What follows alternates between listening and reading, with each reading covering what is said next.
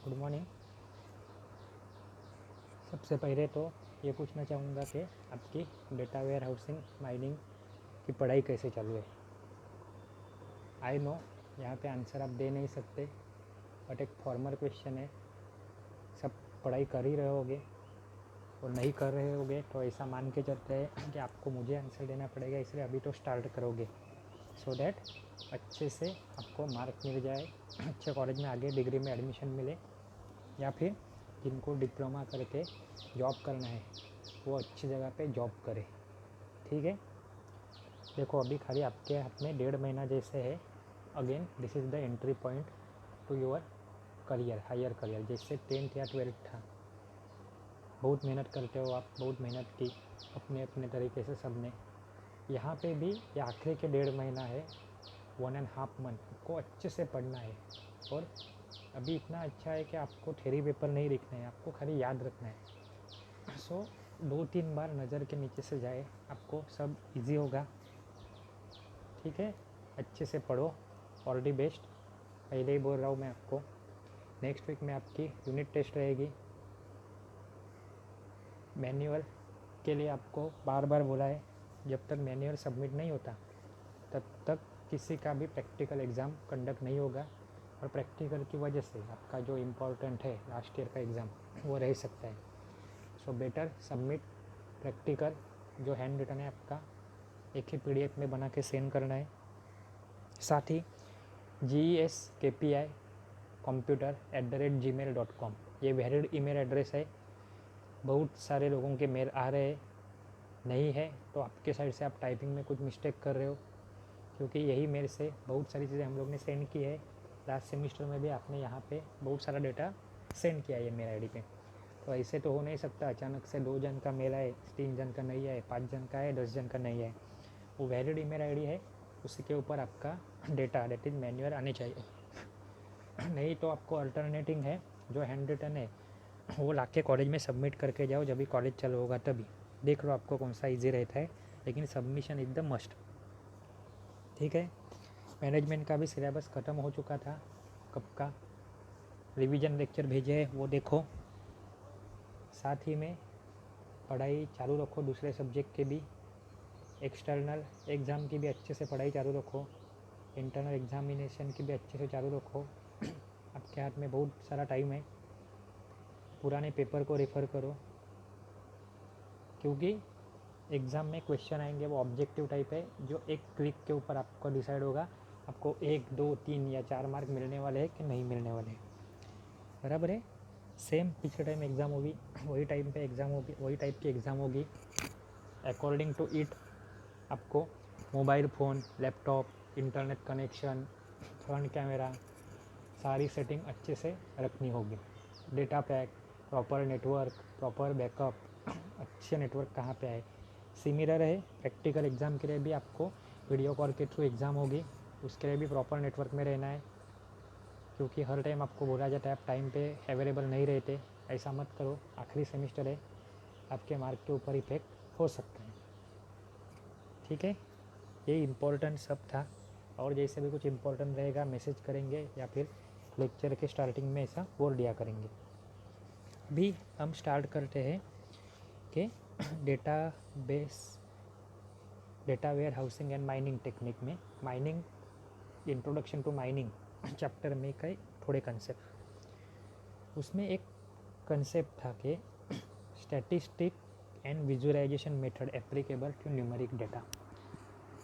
एक एक लाइन का क्वेश्चन है, आपको इक्वेशन याद रखनी है, या फिर आपको विजुअलाइजेशन कैसे होता है या फिर स्टैटिस्टिक कैसे, ये याद रखना है, लिखना नहीं है। थोड़ा सा याद रखो, थोड़ा खुद का एनालिसिस, खुद का लॉजिक लगा के आप लोग अच्छे से टिक मार्क कर सकते हो। अगर स्टैटिस्टिक काउंट नाम का है तो उसके लिए n that is the number counting है। मिनिमम मैक्सिमम तो बॉक्स प्लॉट करना है। मीन वैल्यू मतलब क्या रहती है, सम ऑफ द वैल्यू, जितनी भी वैल्यू है divide by the n, where n is the number of entry और n is the number of record. Median मतलब क्या, बीच वाली value. The middle value below and above median lies and equal number of value. Mode quantile Q X से represent करते हैं, ये सब कुछ पूछ सकते हैं। याद अच्छे से रखो कि क्वांटाइल को किस से रिप्रेजेंट करते हैं, क्यू एक्स, एक्स बार, मैक्स, मीन, एन, एस किससे, तो क्यू एक्स से। रेंज, रेंज मतलब क्या है, डिफरेंस बिटवीन, डिफरेंस किसके बीच का, रेंज यहाँ से लेकर यहाँ तक, that is maximum and minimum. Variance A square, measure of a data dispersion, dispersion मतलब यहाँ वहाँ पे होना, यानी बदलाव, बराबर है। स्टैंडर्ड डेविएशन, स्क्यूनेस और कुर्टोसिस, ये सब इक्वेशन आपको याद रखनी है, ठीक है।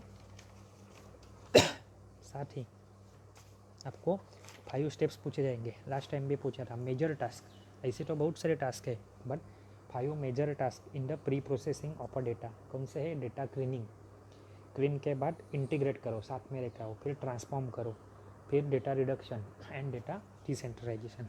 इतने 5 स्टेजेस है। कौन से, cleaning, integration, transformation, reduction and decentralisation. तो ये 5 स्टेप थी। नेक्स्ट, एक डेटा क्लीनिंग के अंदर ऐसा भी पूछ सकते हैं कि इसमें से कौन सी स्टेप या फिर कौन सी टर्मिनोलॉजी डेटा क्लीनिंग की है, नहीं है। ये सारे क्वेश्चन के लिए आपको एक ही चीज़ याद रखनी है कि डेटा क्लीनिंग के अंदर क्या क्या कंसेप्ट आते हैं। तो डेटा क्लीनिंग के अंदर, क्लीनिंग में क्या क्या होता है, तो मिसिंग वैल्यू, दूसरी नॉइजी डेटा होता है, बराबर है। तो उससे सारी चीज़ें दूर करनी है, तो ये किस में होता है, डेटा क्लीनिंग में। ऐसा पूछ सकते हैं कि missing value is a part of data cleaning और नॉट। ये आपको लॉजिकल आंसर ढूंढना पड़ेगा, देना पड़ेगा। फिर नॉइजी डेटा में भी अलग अलग मेथड है, बीनिंग मेथड, उसमें सब पार्ट देखे हम लोग ने, equal width partitioning, equal depth partitioning, बराबर है, smoothing by bin method, clustering and all that. एक हमेशा आपको चीज़ पूछी जाएगी, मेटा डेटा है, डेटा स्ट्रक्चर से लेके आज से लेके आगे तक याद रखो। मेटा डेटा मतलब डेटा अबाउट डेटा।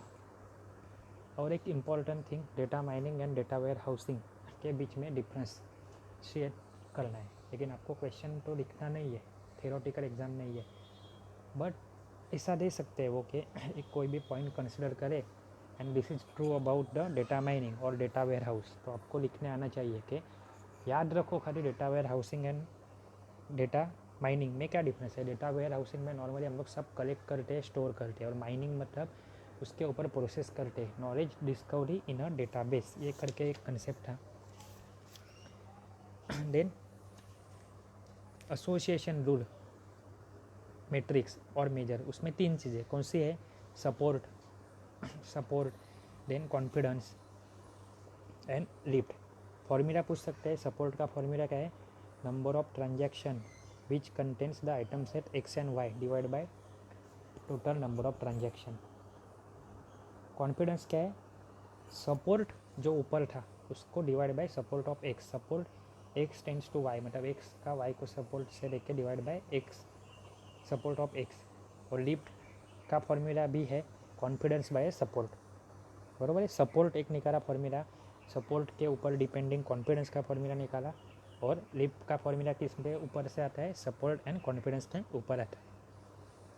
देन और एक चीज़ इम्पोर्टेंट में जो सबसे लास्ट में हम लोग ने पढ़ी थी, तो वो थी general application of clustering. 7 application थे। ऐसा दे सकते हैं कि इसमें से कौन से एप्लीकेशन क्लस्टरिंग के है, एक सिंगल या फिर मल्टीपल, कितने एप्लीकेशन है, वो आपको एप्लीकेशन याद रखने हैं, लिखने नहीं है, याद रखने हैं। क्यूबॉइड के डायग्राम, ETL और ERT का फुल फॉर्म पूछा जाएगा। तो एक्सट्रैक्ट, लोड, ट्रांसफॉर्म, यहाँ पे वो डेफिनेशन घुमा फिरा के भी देंगे। एक्सट्रैक्ट, लोड, ट्रांसमिट, या फिर